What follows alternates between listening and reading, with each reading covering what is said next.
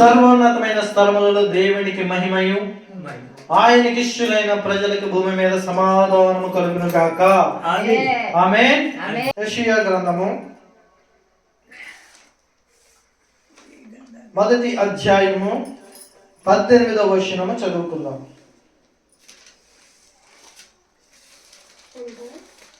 మొదటి అధ్యాయము 18వ వచనం చదువుకుందాం.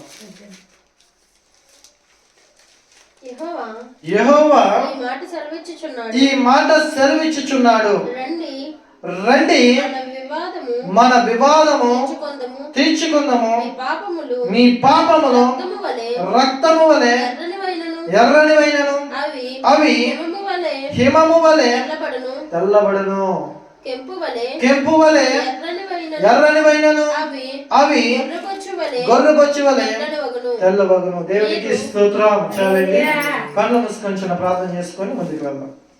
పరిశుద్ధుడా, ప్రేమ కలిగిన యేసయ్యా, మీకు స్తోత్రాలు నాయన. ఇదిగోండి తండ్రి, ఈ యొక్క చదవబడినటువంటి గ్రంథ లేఖనము నాయన, ఇదిగోండి తండ్రి, అర్థవంతముగా వివరణాత్మకముగా నాయన, ఇదిగోండి తండ్రి, మాతో నాతో మా అందరితో నీవే మాట్లాడుచున్న నన్ను నీ సూచనలు మరుగు చేసి నాయన, ఇదిగోండి తండ్రి, నీవే నీ ఆత్మ ద్వారా ఇక్కడ మా అందరితో మాట్లాడము, వినగలిగే చెవులు గ్రహించగలిగే హృదయాన్ని విషయం నజరేయుడనే నామములో అడుగుచున్నాం పరమ తండ్రి.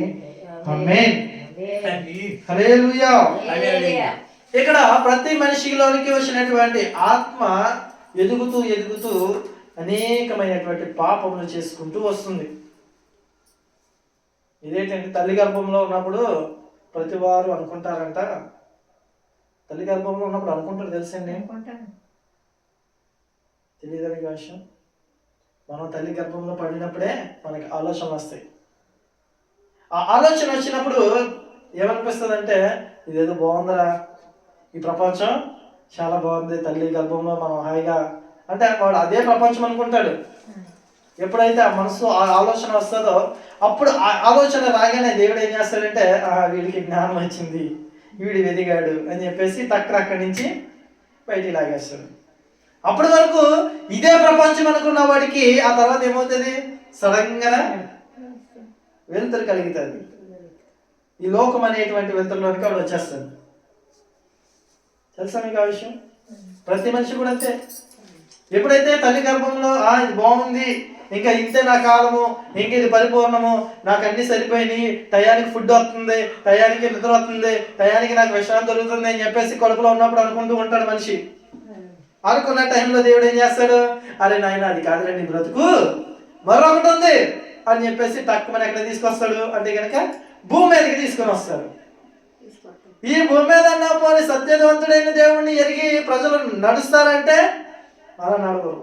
ఎలా నడుస్తారు అంటే కనుక మళ్ళీ ఈ లోకంలో ఉన్న దాన్ని సంపాదించుకొని, ఇంకా నాకు అన్నీ ఉన్నాయి, ఇల్లు ఉంది, బంగారం ఉంది, కార్లు ఉన్నాయి, అంతస్తులు ఉన్నాయి, ఐశ్వర్యం ఉంది, మంచి ఉద్యోగం ఉంది, మంచి భార్య ఉంది, మంచి భర్త ఉన్నాడు, ఇంకా మంచి అత్త మామ ఉన్నారు నాకు, లేదంటే నేను ఇంకా నాకు మంచి పిల్లలు ఉన్నారు, సరిపోద్ది లైఫ్ అనుకుంటాడు. సంపాదించుకొని ఇంకా చక్కగా బ్రతికేద్దాం అనుకుంటాడు. అరే నాన్న అది కాదురండి ఈ లైఫ్ దా అని చెప్పి మళ్ళీ ఏం చేస్తాడు, టక్కున పిలుస్తాడు.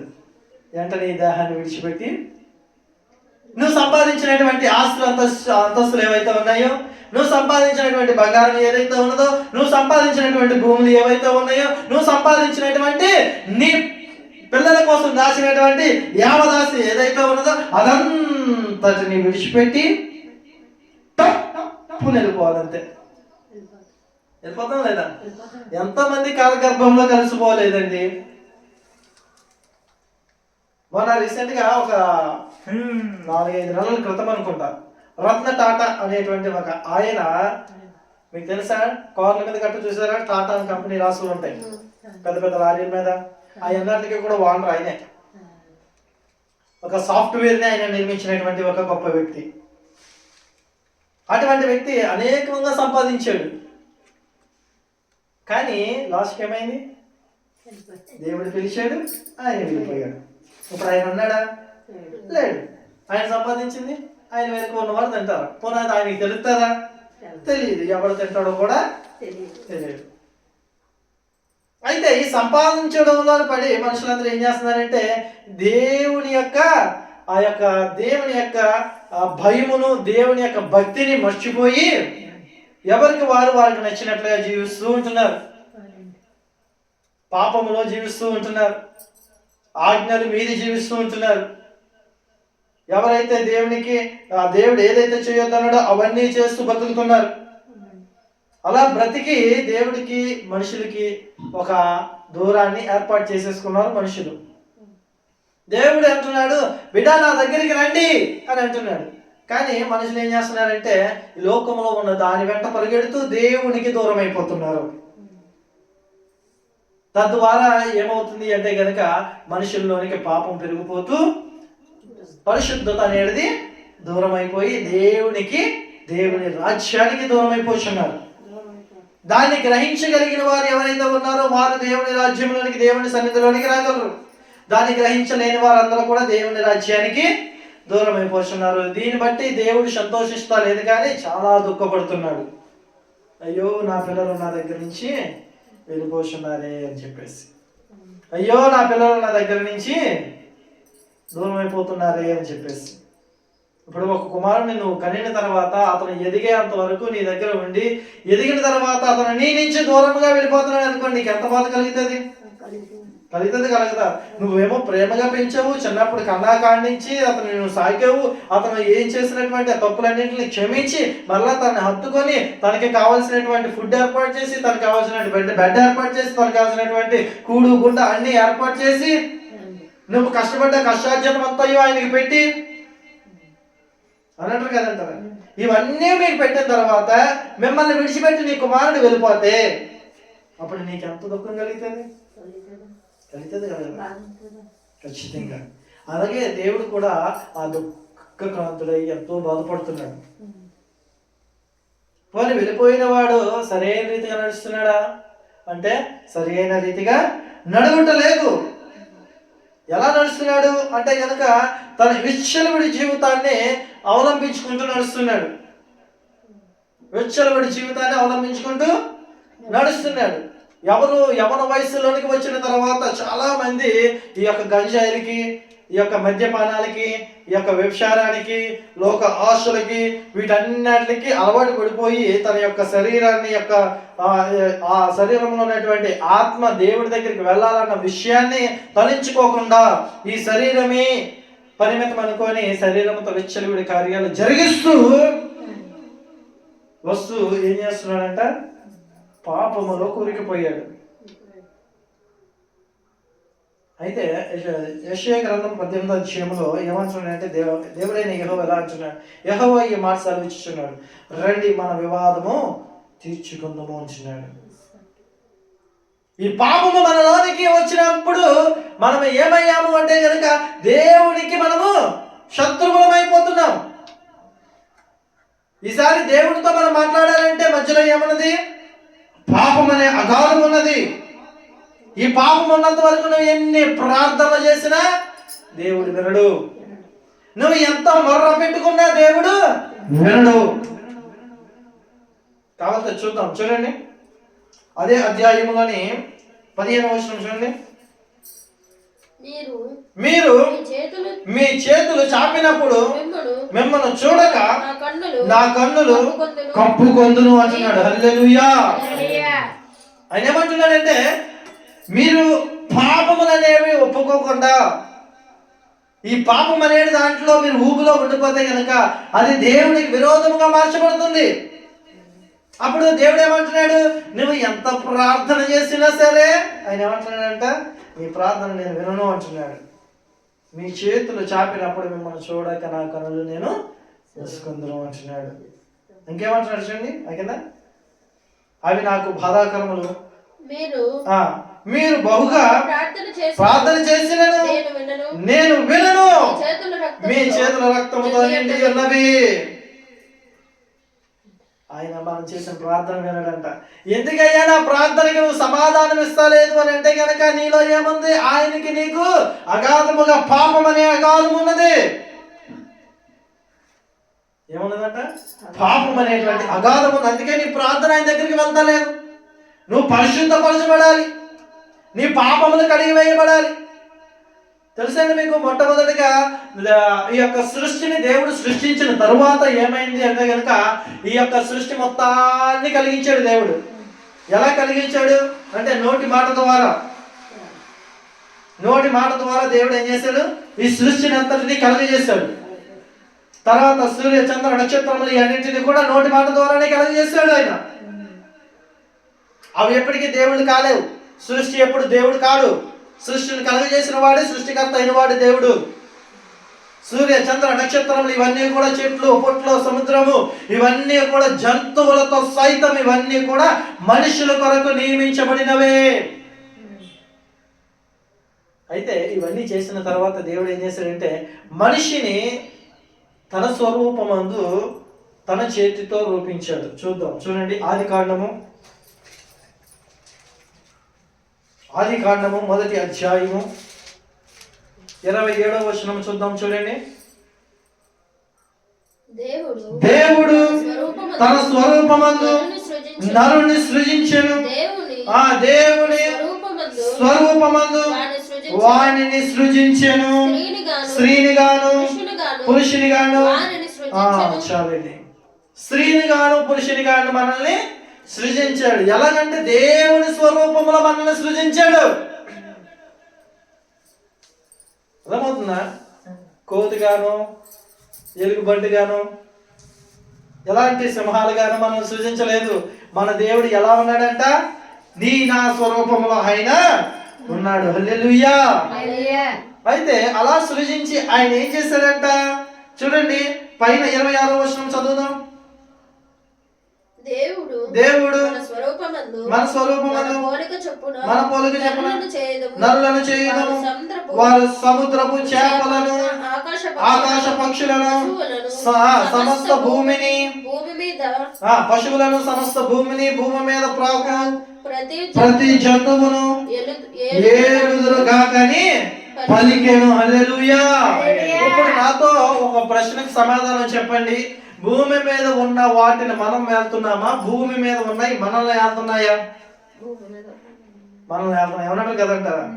సూర్య చంద్ర నక్షత్రములు దేనికి సృజించాడు అంటే కనుక మనము మనకి కాలాన్ని తెలియచేయడం కోసం ఆయన వాటిని సృజించాడు. అమ్మ ఇది రాత్రి, ఇది పగలు అని తెలియచేయడానికి వాళ్ళని సృజించాడు. కానీ అవి ఏం చేస్తున్నాయి మనల్ని? ఇదిగో నీ నక్షత్రము, నీ జాతకము, ఇవేమి సరైన రీతిగా లేవు, అందుకే నువ్వు దొంగవయ్యావు, నువ్వు వ్యభిచారమయ్యావు అని చెప్పేసి అవి మనల్ని శాసిస్తున్నాయి. అది తప్పు. కాలంలో ఇవన్నీ కూడా మన కోసం అంటే పగలు రాత్రిని ఏర్పాటు చేసింది మన కోసము, దినములను ఏర్పాటు చేసింది మన కోసము. ఆ దినములు మన కోసము కాదు. దినముల కోసం మనం లేము, దినములే మన కోసం ఉన్నాయి. దేవుడు ఏర్పాటు చేసిన ప్రతి దినము మంచిదే. అందుకే అంటాడు, చూడండి, యెషయా గ్రంథంలోనే అదే అధ్యాయం మొదటి అధ్యాయంలోనే ఒక మాట అంటాడు. చూడండి,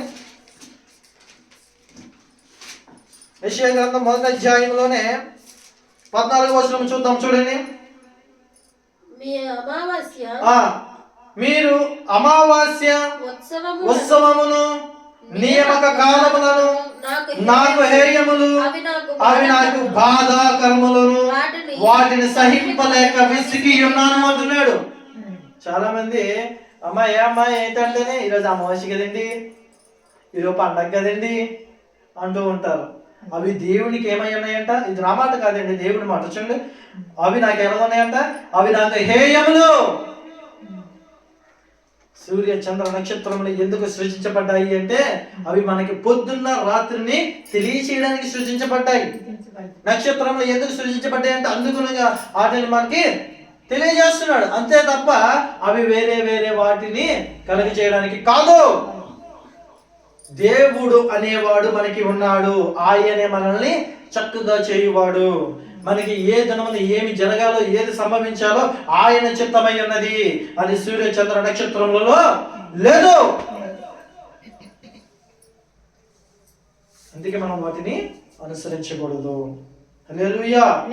ఇంకా దేవుడు మనకి ఆయన పిల్లలుగా మనల్ని ఏం చేశాడంటే సిద్ధపరిచాడు. చూద్దాం. ఇప్పుడు ఆదాము హవ్వ అనేటువంటి వారిని మొట్టమొదటిగా ఈ సృష్టిని అంతా కలగజేసిన దాంట్లో సమస్తాన్ని ఏర్పాటు చేశాడు. ఇంకా తినడానికి, తాగడానికి, ఆడుకోవడానికి, ఈ అన్నిటికి తగినటువంటి, మనం గాలి పీల్చడానికి అన్నిటికి తగినటువంటి వాతావరణాన్ని ఏర్పాటు చేసిన తర్వాత అందులో మనిషిని సృష్టించాడు. ఆదాముని హవ్వని సృష్టించాడు. సృష్టించిన తర్వాత వీరు ఎవరితో మాట్లాడుతూ ఉన్నారంటే ప్రతిరోజు దేవునితో ఏకరీతిగా మాట్లాడుతూ వచ్చారంట. ఏకరీతిగా మాట్లాడుతూ వస్తున్న టైంలోని ఏమైంది అంటే గనక అపవాది అనేటువంటి వాడు ఒకడు మధ్యలో వచ్చి దేవునితో సంబంధం కలిగినటువంటి ఆ కుటుంబాన్ని విడదీయడానికి కొన్ని ఏం చెప్పాడు? మాయ మాటలు చెప్పాడు. చూద్దాం, చూడండి, చూపిస్తాను మీకు. 3వ వచనం, 3వ అధ్యాయం, ఆదికాండం 3వ అధ్యాయం. దేవుడైన యెహోవా చేసిన సమస్త జంతువులలో సర్పము యుక్తి గలిదై ఉండెను. అది ఆ స్త్రీతో, ఇది నిజమా? ఆదికాండం 3వ అధ్యాయం 1వ వచనం. ఇది నిజమా అని ఏం చెప్పిందంట? చెవులో సిరిగిందంట వచ్చి. ఏమావా, మీ ఇంట్లో ఎలా జరుగుతుందంటే ఇది నిజమేనా? వాళ్ళ ఇంట్లో ఏం జరిగితే దీనికి ఎందుకు అన్నట్టు కదంటారా? ఆ ఇంట్లో ఏదో జరిగితే పక్కింటి వాళ్ళకి ఎందుకు? ఇది నిజమా? ఎలాగెందుకు జరిగింది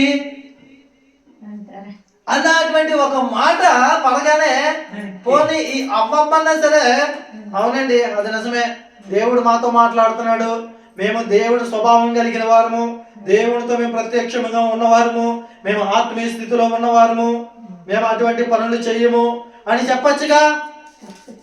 చెప్పకుండా ఏం చేస్తుంది?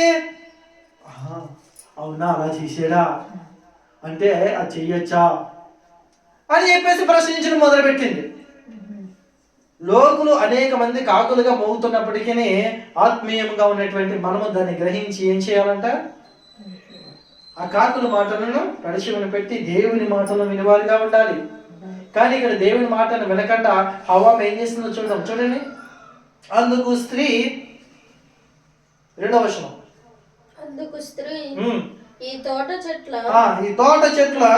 ఫలములను మేము తినవచ్చును, అయితే చెట్టు, అక్కడ అర్థం చూడండి, అయితే అంటే దానికి అర్థం ఏంటి?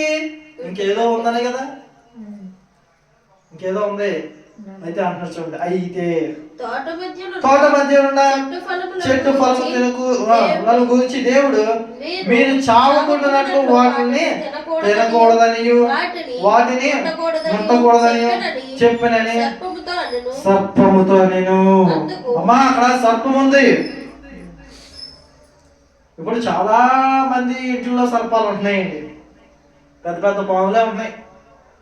ఎంత పెద్ద పాములు అంటే కుటుంబాలను విడదీసేంత పెద్ద పాములు ఉంటున్నాయి.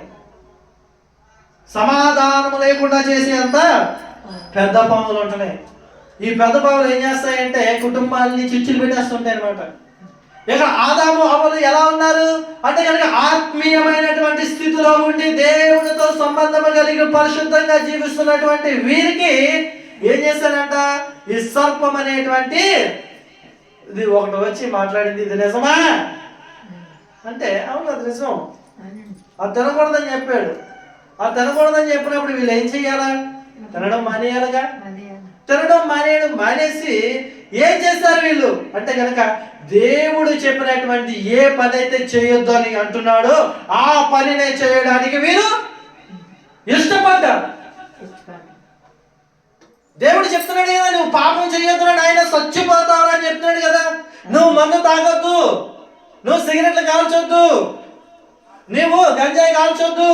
గంజాయి అంటే గుర్తొచ్చిందండి, మొన్న ఎప్పుడు ఒక 3 రోజుల క్రితమే భద్రాచల ప్రాంతంలో మొత్తులైపోయి గంజాయి గట్ట తాగేసి 2 బల్లోలు కొట్టుకుంటూ ఉన్నారంట, గుద్దుకొని 2 తాగేసే ఉన్నారంట.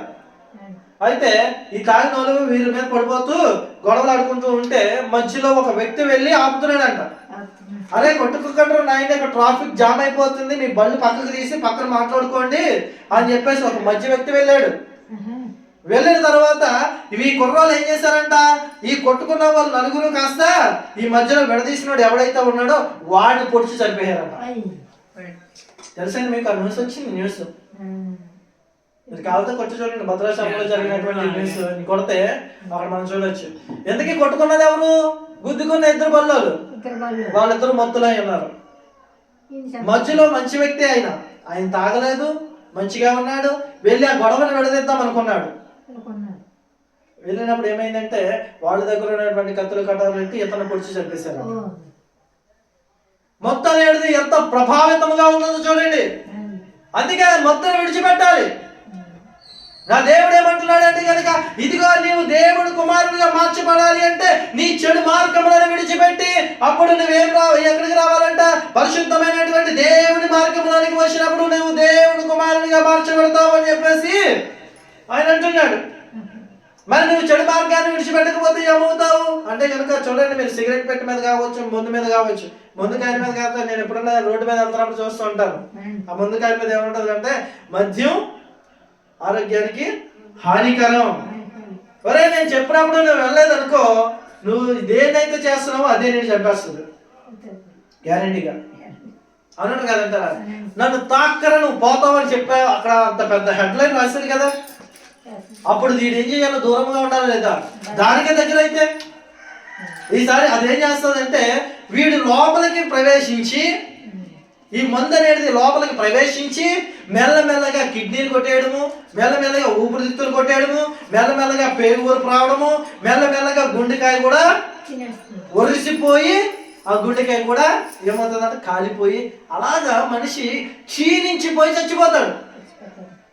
తద్వారా నీకేమన్నా ఊడిపడేది ఏమన్నా ఉంది అంటే ఏమీ లేదు. దాని ద్వారా అలా మరణించడం ద్వారా నీ ఆత్మహత్య నువ్వే చేసుకున్నట్లు. ఆత్మహత్య చేసుకోవడం అంటే టాబ్లెట్లు మింగాడు ఊరేసుకోవడం అక్కర్లేదండి. సిగరెట్ తాగినది ఆత్మహత్యే. చాలా మంది సిగరెట్లు తాగుతూ ఉంటారు. అది ఆ పొగ లోపలికి వెళ్ళి ఏం చేస్తుంటది, లెన్స్ కి పట్టేసి ఆ లెన్స్ ఫ్రీగా మూవ్ అవ్వాల్సి కాస్త ఏమవుతాయి అంటే పొగాకు తాగిన వారందరూ లెన్స్లు మీరు చూడండి హాస్పిటల్లోకి వెళ్ళి వాళ్ళు ఏమవుతాయి అంటే ఒక చూడండి స్పాంజీ పొక్కల్లా దగ్గర అయిపోతాయి. ఆ తర్వాత ఆడ ఆరోగ్యం ఏమవుతుంది, ఆడ ఆరోగ్యం ఆడే నాశనం చేసుకుంటున్నాడు. అది మాంతే వీడు బతుకుతాడు, కానీ అది మానక వాడు చచ్చిపోతున్నాడు. వాడి ఆత్మకి వాడే చిచ్చు పెట్టుకుంటున్నాడు అన్నమాట. అయితే ఇక్కడ ఈ మాట చెప్పినప్పుడు ఏం చేయాలి? ఆదమ్మ హవ్వ ఏం చేయాలి అంటే కనుక మా దేవుడు నాతో చెప్పాడు నేను ఆ పని చేయకూడదు, నేను ఆ పని చేయనని చెప్పాలి కదా అన్నప్పుడు అప్పుడు చెప్పింది పాపం. హవ్వ ఏం చేసిందంటే చెప్పింది, అయ్యా మేము అది తినకూడదు, అది తింటే మేము నిశ్చయముగా చచ్చుదామని చెప్పేసి దేవుడు మాకు ఆజ్ఞ ఇచ్చాడు అని చెప్పేసి అన్నప్పుడు ఇప్పుడు ఫస్ట్ సారి విన్నప్పుడు లేదు అలా జరగదు, ఒకసారి తిని చూడు.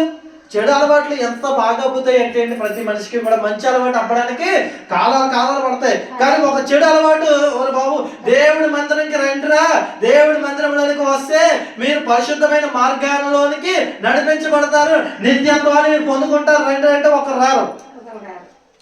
కానీ రండి నేను మందు విందు ఇస్తాను మీ అందరికీ, పార్టీకి రండి పంటకి రండి అంటే అందరూ ఎగేసుకుంటూ పోతారు. అదంతా చెడు మార్గము. తస్మత్ జాగ్రత్త. ఆ చెడు మార్గం ద్వారా నీకేమవుతుంది అంటే నిత్య నరకములోనికి వెళ్ళిపోయేటువంటి అవకాశం ఉంటుంది. ఆ మార్గంలోనికి వెళ్ళకుండా ఉండాలంటే పరిశుద్ధముగా నువ్వు మార్చబడాలి. ఈ పాపం అనేది కడిగి వేయబడాలి. హల్లెలూయా. అయితే ఇక్కడ ఈ ఆవం ఏం చేసింది, ఆ సర్పం చెప్పినప్పుడు మేము చెయ్యమని చెప్పాలి కదా. మళ్ళీ చూడండి అక్కడ 4వ వచనము. ఆ సర్పం హవ్వ ఏమన్నదంట, మేము తినకూడదు, దేవుడు తినొద్దు అని అన్నదంట. అయితే సర్పం ఏం చేస్తుంది, మళ్ళీ లింక్ అవుతుంది. ఏ లింకో చూడండి. అందుకు సర్పము మీరు చావరండి, ఎందుకు చచ్చిపోతారు? ఇదిగో నేను తాగితే నేను చచ్చిపోయినా, నేను సిగరెట్ కాస్తున్నా నేను చచ్చిపోయానా అంటే కనుక ఆడు ఎప్పటికైనా చచ్చిపోతాడు అన్నట్టు కదంటారా. కానీ మొన్న నేను కాకినాడ హాస్పిటల్లోని మా నాన్నగారికి బాగోలేనప్పుడు ఆయన తాగి ఉన్నప్పుడే హాస్పిటల్లో జాయిన్ చేస్తాం. జాయిన్ చేసినప్పుడు అక్కడ హాస్పిటల్లోని మా నాన్నగారు ఇంచుమించుగా మా నాన్నగారు ఉన్నటువంటి గదిలో ఎన్ని బెడ్లు ఉన్నాయంటే ఒక ఒక 20 బెడ్లు ఉంటాయి. ఆ లైన్ ఒక 10 బెడ్లు, ఈ లైన్ ఒక 10 బెడ్లు ఉంటాయి. ఆ 10 బెడ్లలో 2వ బెడ్ మాది. దేవుని కృప ఏంటంటే మనం చేసినటువంటి ప్రార్థనలు బట్టి మా నాన్నగారికి క్షేమాన్ని దయచేసాడు. కానీ ఉన్నటువంటి 19 బెడ్డలు ఏవైతే ఉన్నాయో ఆ 19 బెడ్డల్లో నేను ఉన్న 2 రోజుల్లో 3 శవాలు మేము చూసాం. వాడు తాగి తాగి తాగి వాడి యొక్క బాడీ అంతా నీరు పట్టేసిందంట. అది ఎప్పుడు వచ్చింది అంటే ఆడు తాగడం ఎప్పటి నుంచి తాగాడు? 20 సంవత్సరాల నుంచి తాగాడు. మెల్లమెల్లగా మెల్లమెల్లగా మెల్లమెల్లగా 20 సంవత్సరాల విషం ఏమైంది? ఇప్పుడు బాడీలో వాటర్ పట్టేసి తక్కువని గుండె ఆగి చచ్చిపోయాడు. చూడండి ఎంత భయంకరమైనటువంటి పరిస్థితి. ఈ రోజు నీకు మంచిగా ఉండొచ్చేమో, కానీ ఒకనొక రోజు రాబోతుంది. ఆ రోజు మరణం నీ వెంట సంభవిస్తుంది. నిజంగా నేను అనుకుంటానండి, వాళ్ళని చూసినప్పుడు అనుకున్నాను చచ్చిపోవడమే మంచిది అనుకున్నాను కొంతమందిని చూసినప్పుడు. ఎందుకంటే వాళ్ళు తాగి తాగి వాళ్ళ యొక్క కాళ్ళు గట్ట ఇంత స్లో ఉప్పుని నీరు పట్టేసింది బాడీ అంతా. సిగరెట్లు తాగి, మందు తాగి, వ్యర్థమైన పనులు చేయడం వల్ల బాడీ అంతా నరకమైనటువంటి పరిస్థితుల్లోనికి వెళ్ళిపోయింది. ఇప్పుడు వాళ్ళ భార్యలు ఉంటారు చూడండి, వాళ్ళ భార్యలు అక్కడ మాట్లాడుకుంటూ ఉంటే అంటున్నాను ఏమని, ఇదిగో అతను బతుకున్నంత కాలం తాగొద్దురా నాయన, చచ్చిపోతారా తాగొద్దురా నాయన అంటే తాగి చచ్చిపోయాడు ఈసారి అని చెప్పేసి ఎంతగానో దుఃఖపడుతున్నారు. వాళ్ళు హాస్పిటల్ చుట్టూ వాళ్ళ అమ్మాయిలు మగపిల్లలు లేని వారు కూతుర్లు వచ్చారు. అక్కడికి కూతుర్లు వచ్చి వాళ్ళు బెడ్డ మీద లెగలేనటువంటి పరిస్థితుల్లో వాళ్ళు ఏం చేస్తున్నారంటే అక్కడే ఆ యొక్క మలమూత్ర విసర్జనలు ఏవైతే ఉన్నాయో ఆ మంచం మీద జరుగుతుండగా వాటిని వాళ్ళు తీసి శుభ్రం చేస్తూ ఉన్నారు. హాస్పిటల్లోకి ఒక రోడ్డు మీదకి ఎక్కాల్సిన పని ఏమొచ్చింది? అవునంటారు కదంటారా? ఒక ఇంట్లో పెరిగినటువంటి అమ్మాయి తన భార్య సుఖంగా సంతోషంగా ఉండవలసిన వారిని ఏం పాడు చేసింది ఇప్పుడు అంటే కనుక నువ్వు తాగొద్దురా అంటే తాగాడు. తాగిన తర్వాత ఏమైంది? అది వాడిని నాశనానికి తీసుకొచ్చింది. అయితే ఇక్కడ కూడా అదే జరిగింది. అందుకు సర్పం మీరు చావనే చావనే ఉన్నది. కానీ ఆ కిందకు వచ్చేటప్పటికి చూడండి, ఆ వృక్ష ఫలము 6వ వచనము, ఆ వృక్ష ఫలము ఆహారములకు మంచిది, కన్నులకు అందమైనది, వివేకమిచ్చు రమ్యమైనది ఉండుట చూసినప్పుడు ఆమె దాని ఫలములో కొన్ని తీసుకొని తిని తనతో పాటు తన భర్తకు కూడా ఇచ్చరు, అతడు కూడా తినెను. చూడండి ఏ పని చేశాడు, ఏం చేస్తున్నాడు? ఈడు తాగడమే కాకుండా, ఈడు తాగించడమే కాకుండా ఇంకేం చేస్తున్నాడు? ఆ కుటుంబస్తులతో కూడా తాగించడం మొదలు పెట్టాడు. ఏంటి? ఆ కుటుంబస్తులతో కూడా చెడు పనులు చేయించడం మొదలు పెట్టాడు. ఈ చెడు పనులు చేయించడం వల్ల ఇప్పుడు వారిద్దరూ ఏమయ్యారు అంటే కనుక చూడండి 8వ వచనం, చల్లపోటను ఆదామును అతని భార్యయు తోటలో సంచరించుచున్న దేవుడైన యెహోవా స్వరమును విని దేవుడైన యెహోవా ఎదుటికి రాకుండా తోట చెట్ల మధ్యన దాగి కొనగా దేవుడైన యెహోవా ఆదామును పిలిచెను, నీవు ఎక్కడున్నావు ఆదామా? అందుకు అతడు ఆదాము అంటాడట, ఆదాము నువ్వు ఎక్కడున్నావు? నా ముందుకు రా. ఎందుకు నువ్వు నాకు కనబడకుండా దాక్కున్నావు? దేవుడికి తెలియదు ఎక్కడున్నాడో, తెలుసు కానీ ఒప్పుకుంటాడా లేదా అని అడుగుతున్నాడు. అడిగినప్పుడు ఆదాము నువ్వు ఎక్కడున్నావు, దా నా దగ్గరికి రా అంటే ఆదాము అంటున్నాడు, నేను తోటలో నీ స్వరం వినినప్పుడు దిగంబరినిగా ఉంటినని భయపడి దాగుంటిని. దేవునికి స్తోత్రము కలుగుతుంది. ఇక్కడ ఏమైంది అంటే కనుక దేవునికి ఈ యొక్క మనిషికి అప్పటి వరకు డైరెక్ట్ గా మాట్లాడుకునేటువంటి వీరిద్దరిలోనికి ఏమొచ్చిందంట అంటే కనుక పాపం అనేది మధ్యలోనికి వచ్చి వీరిద్దరికి అగాధమును ఏర్పాటు చేసింది. చెప్పుడు కొట్టు మాటలు అనేటువంటి అగాధం ఏర్పాటు వచ్చింది. ఇదిగో మద్యపానం అనేటువంటి అగాధం ఏర్పడి వచ్చింది. ఇదిగో అబద్ధాలతో బ్రతికేటువంటి అగాధం ఏర్పడింది. ఇదిగో నీ కాలం అంతా వ్యర్థముగా పోయేటువంటి అగాధము ఏర్పడింది. ఇక దేవుణ్ణి చూసేటువంటి స్థితి నీకు లేకుండా పోయింది. ఈ పాపము నీలోనికి వచ్చిన తర్వాత దేవునితో నీకేమైందంట? ఇప్పుడు యెషయా గ్రంథంలోనికి వచ్చేద్దాం రండి. యెషయా గ్రంథంలోని ఆయన అంటున్నాడు, ఏమని అంటున్నాడంట, ఈ మధ్యలో వచ్చినటువంటి ఈ పాపం ఉంది కదా, ఈ పాపాన్ని గురించి దేవుడు ఏమంటున్నాడంట, చూద్దాం. యెషయా గ్రంథము 18 మొదటి అధ్యాయం 18వ వచనంలో ఏమన్నాడు? యెహోవా ఈ మాట సెలవిస్తున్నాడు. ఏమన్నాడు? రండి.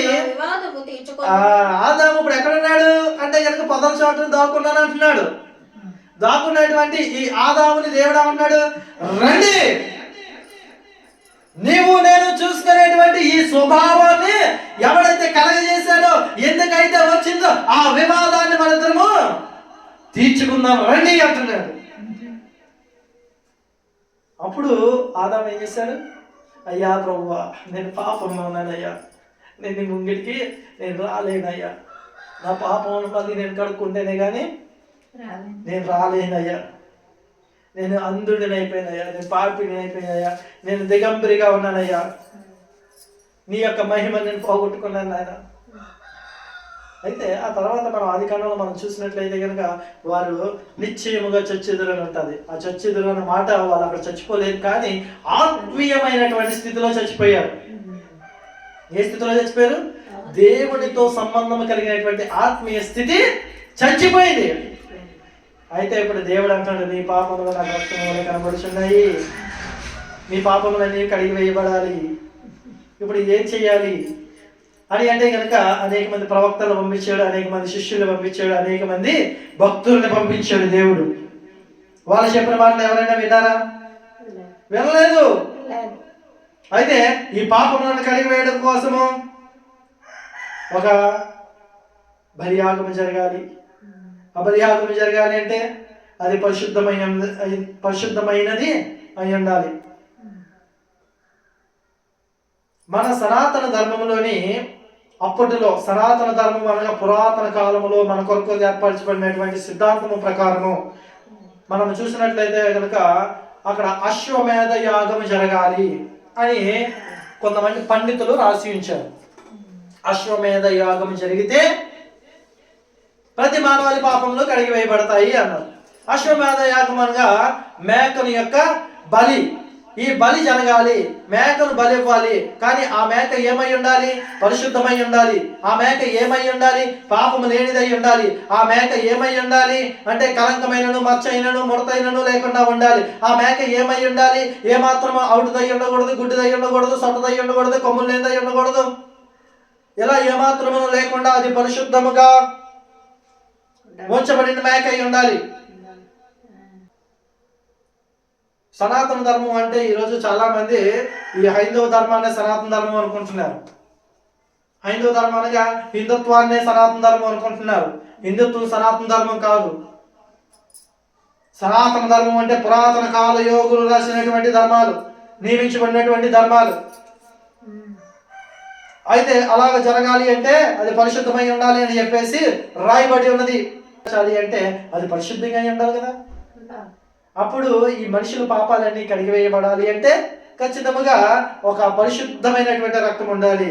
ఆ రక్తం ఎలా వస్తుంది లోకంలోనికి అని అంటే కనుక అప్పుడు యేసుక్రీస్తు ప్రభు అనేటువంటి దేవుని కుమారుడు నా పాపములు ఏవైతే ఉన్నాయో నిన్ను నన్ను దేవునితో ఏకము విడదీసినటువంటి పాపములు ఏవైతే ఉన్నాయో ఇవన్నింటినీ కడిగి వేయడానికి నజరేయుడైన యేసుక్రీస్తు ప్రభు దేవుని కుమారుడే ఆ అశ్వమేధ యాగముగా ఈ లోకంలో బలి అవ్వడానికి స్వయముగా ఈ లోకంలోనికి కుమారునిగా, మనిషి కుమారునిగా రూపింపబడ్డాడు. హల్లెలూయా. చూడండి యోహాను సువార్త, మత్తయి సువార్త, మత్తయి సువార్త మొదటి అధ్యాయము 21వ వచనంలో మనం చూసినట్లయితే తన ప్రజలను వారి పాపముల నుండి ఆయన రక్షించును గనుక ఆయనకు యేసు అని పేరు పెట్టెను. హల్లెలూయా. నజరేయుడైన యేసుక్రీస్తు ప్రభువారు మన పాపములన్నింటి నుంచి విడిపించడానికి ఆయన ఈ లోకంలోనికి శరీరధారిగా వచ్చి ఉన్నాడు. నాకు ఆయన అంటాడు, నాతో వచ్చి ఇక్కడే ఈ ప్రాంతంలోనే ఒక రైతులైన అంటున్నాడు, నీ యేసుక్రీస్తు ప్రభు వారికి తండ్రి ఎవరు అని అడుగుతున్నాడు. యేసుక్రీస్తు ప్రభు వారికి తండ్రి ఎవరు అని అడుగుతున్నాడు. నేను చెప్పింది అతను వింటలేదు, కానీ అతను మాత్రం ప్రశ్న వేశాడు.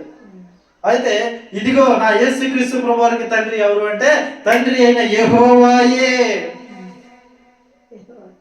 స్వయముగా తనలో ఉన్నటువంటి సగభాగాన్ని ఆత్మ దర్శనము ద్వారా తల్లి గర్భములోనికి ఆ పిండాన్ని పంపించాడు. పంపించి కన్యక మరియ ద్వారా ఈ లోకంలోనికి అతి పరిశుద్ధముగా కుమారుడిని లోకంలోనికి రప్పించాడు. హల్లెలూయా. ఆ రప్పించబడినటువంటి ఆ కుమారుడు ఎందుకు వచ్చాడు? యోహాను సువార్త 1వ అధ్యాయము 11 నుంచి చూసుకున్నట్లయితే అక్కడ ఒక మాట రాయబడి ఉంటుంది.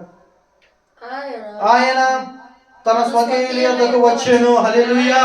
ఆయన ఎలా వచ్చాడంటే తన స్వకీయుల దగ్గరకు వచ్చాడంట. అంటే నీ నా దగ్గరికి ఆయన వచ్చాడు. మళ్ళీ దేవుడితో సంబంధం కలిగించడానికి, దేవుడికి మనకి మధ్యనటువంటి వివాదం ఏదైతే ఉందో అది ఆయన తీసివేయడానికి, మన పాపములను కడిగి వేయడానికి ఆయన ఏమయ్యాడంటే తన స్వకీయుల యొద్దకు వచ్చాను. ఆయన స్వకీయులు ఆయనను అంగీకరింపలేదు.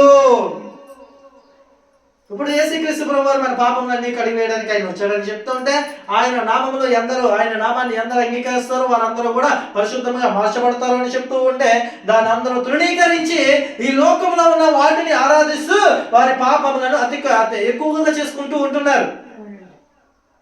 అదే అంటున్నాడు ఆయన ఎవరు కూడా ఆయన అంగీకరించలేదంట. పరిశుద్ధుడైన దేవుణ్ణి అంగీకరించడానికి చాలా మందికి మనసు రాదండి. ఎందుకంటే పరిశుద్ధతలోనికి రావాలంటే వారిలో ఉన్న చెడు మార్గాలు విడిచిపెట్టాలి. చెడు మార్గాలు విడిచిపెడితేనే కానీ దేవుడు తన కుమారులుగా ఎవరిని కూడా అంగీకరించడు. చూద్దాం, చూడండి అక్కడ ఆయన స్వకీయులు ఆయనను అంగీకరింపలేదు. తను ఎందరు అంగీకరించరు వారందరికీ అనగా తన నామమందు విశ్వాసం ఉంచిన వారికి దేవుని పిల్లలగుటకు ఆయన అధికారం అనుగ్రహించెను. ఆమేన్. హల్లెలూయా. మన పిల్లలగుటకు అధికారం అనుగ్రహిస్తున్నాడంట.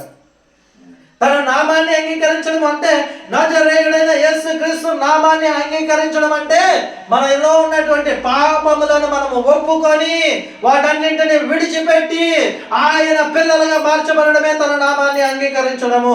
ఎందరైతే ఇలా తన నామాన్ని అంగీకరించి తన నామములో ఇది ఆయన అంటాడు నశించు వారిని వెతికి రక్షించడానికై యేసుక్రీస్తు ప్రభువు వారి లోకానికి వచ్చాను. దేవునికి మనకి మధ్యన ఒక అగాధము, ఒక వివాదం ఏర్పడింది, ఒక గొడవ ఏర్పడింది.